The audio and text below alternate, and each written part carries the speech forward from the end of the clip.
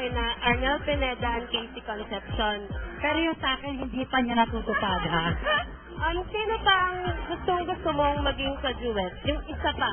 Ako naka-Joviet, pero ako na, ha? Ashira. Okay. Yes, of course, si Casey nakaduet mo sa Simply Casey. Tapos si Arnel sa The Buzz last week. Sino pa, if ever? Si Ate Sara.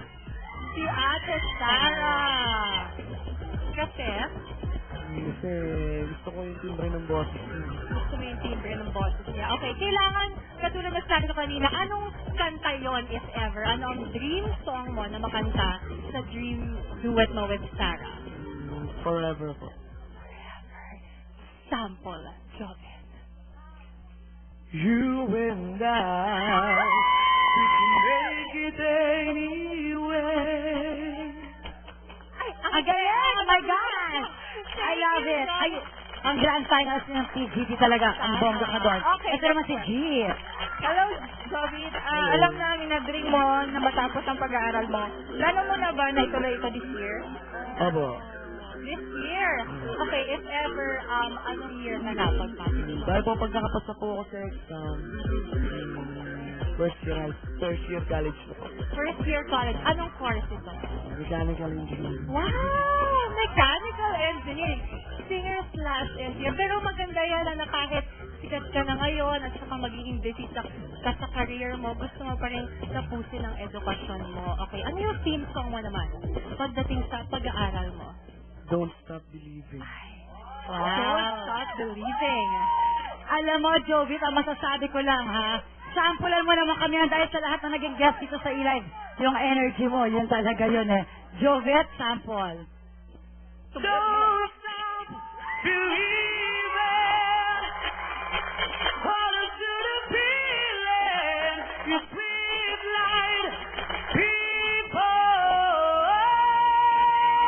Oh my God! I just have to say, kasi when you're talking to him as a person, he's like this, he's like, opo, mechanical very engineer po. quiet. Pero pag kumanta na, don't stop! Grabe ka! Ang galing mo. Si Mariel willing maka-duet. Totoo. Sa'yo. But I want you to have a good career, so wag muna, ha? Ito si MC, ayun ka pala. Hi, Joey!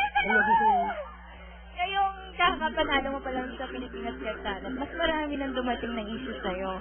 Ngayon, active ka na sa showbiz. Handa ka na ba sa pagharap sa maraming pagsubok sa buhay mo? Ayun.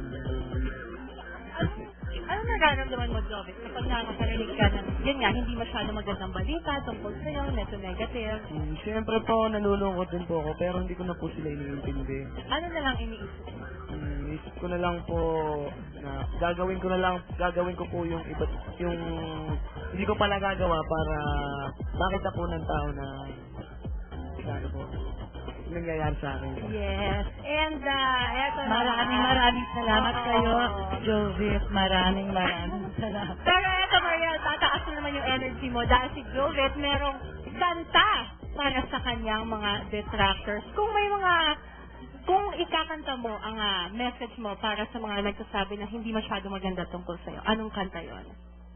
I want to break free. I want to break free. Gusto niyo ba ng sample? Sample! Sample! Sample! Sample! Okay, Jovet. I want to break free. I want to break free. I want to break free from your life so self-satisfied. I don't need you. Grabe! E-Livers, please, let's all clap once again for Johnny Martino. Grabe! Iba! Tama si Mariel, kapag nagsalita ka bilang ikaw talagang very naganaan, pero pag kumanta, talagang lahat napapakinig at napapakinig. Nasya ka. Yes. Kaya kayo sa idol nyo, meron siyang gift sa inyo. Go! Go! Come on, go! Yan. Meron silang Pilipinas Got Talent na t-shirt. Ay, thank you daw. Sabi niya. Ay!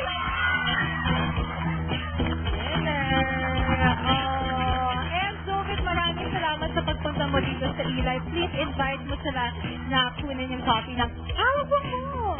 Yeah, Abangan niyo po yung first and solo album ko po this coming July. Yan. Under Star Records po.